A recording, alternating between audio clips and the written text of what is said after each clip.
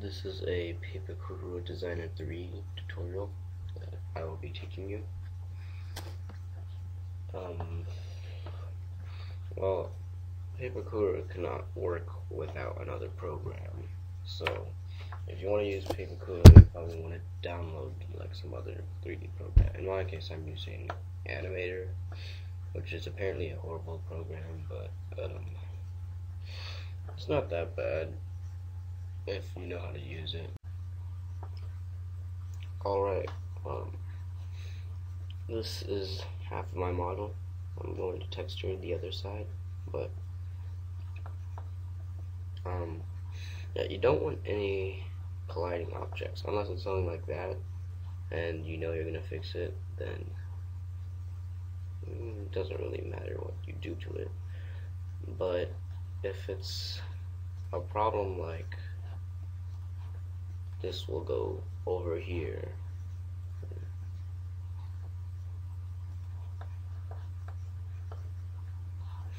then you will end up with something that looks like this. And if that's what you want, then that's good. But in Pepakura land, um, paper won't mesh with that, and you'll end up making it look like that,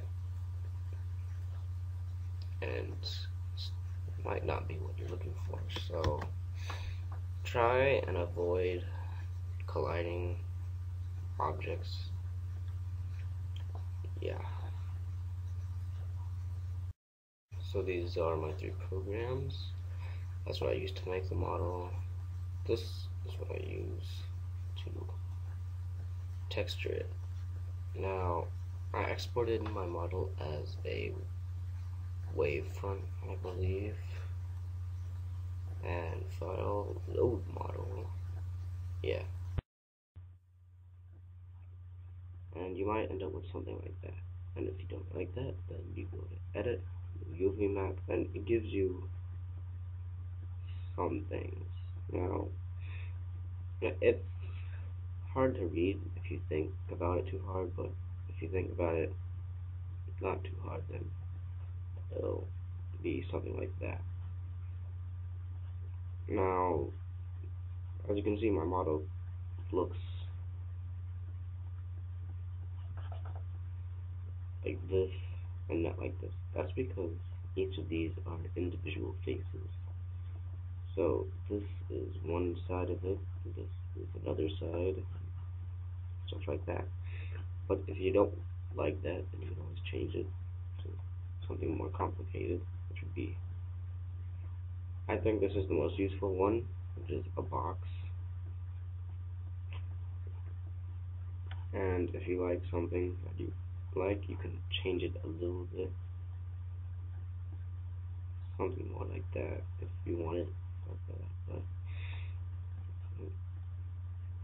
But yeah, basically if you have something with a lot of boxes on it, like this, it's like that's a box, box, box. Basically everything here is a box besides the front. And then the box will be good for you because it'll show you all the stuff.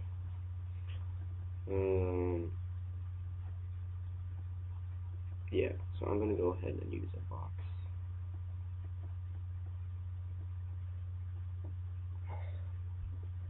And once you find something that you like, you can select a vertex or a point, you can move it up anywhere you want to, and then pressing the X button will make it bigger, like this. Pressing Shift X will make it smaller, the same way. Pressing Y will do that. Pressing Shift Y does the same thing.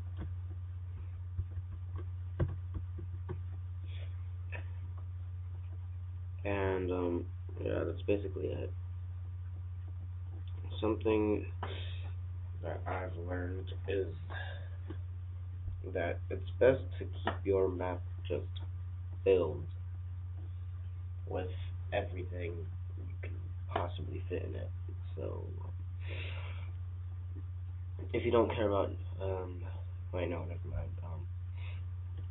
So For example, if I wanted, let's just move this away, because this is part of these.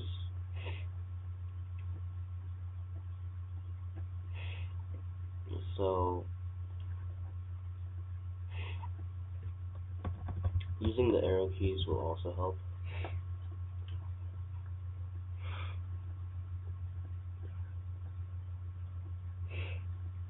And, yeah, that's basically it. Each face equals another face, so, this face right here is equal to this face. And that face, this face that's highlighted right now, is equal to that face.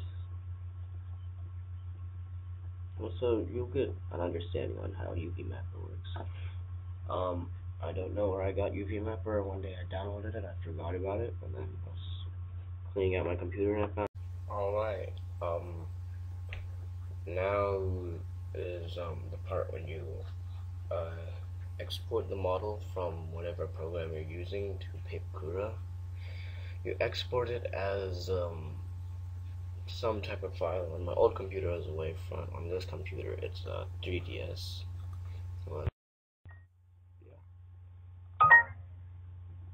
yeah, it'll merge the edges.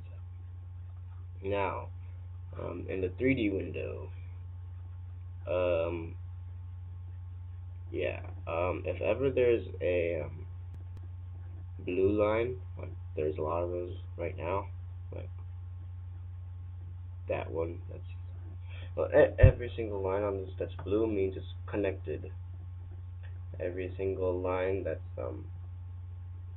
light blue means it's not connected. Oh no, every single line that's light blue means there wasn't a line in that when you made the model in whatever program you're using. I'll show you what I mean.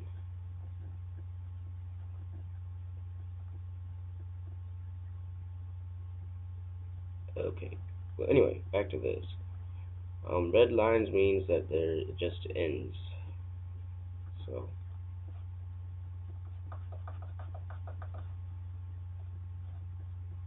see, this line was never made. But, in the 3D window, it's just the simple mouse controls. Don't really need to do anything in this window except for looking at the model. Um, Scroll up is zoom out, scroll in is zoom in. Um, you turn with right click, and middle click lets you move the model around. And right clicking nowhere, or set model view, view settings. You don't really need to do anything.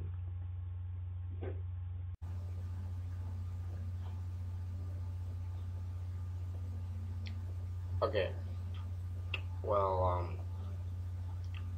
once you load your model, I loaded this or exported it, whatever you want to call it, as a 3DS, but sometimes it might not be a 3DS. So yeah, just make sure you export it, and everything up here is pretty much useless. Like edit model. I guess if you want to change a few things about your model, then yeah, move vertex, swap edge, which I don't really see any use for.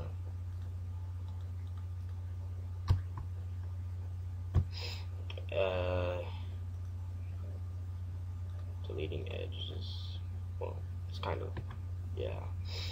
Divide edge, this just kind of divides it. If you want, then you can move a vertex and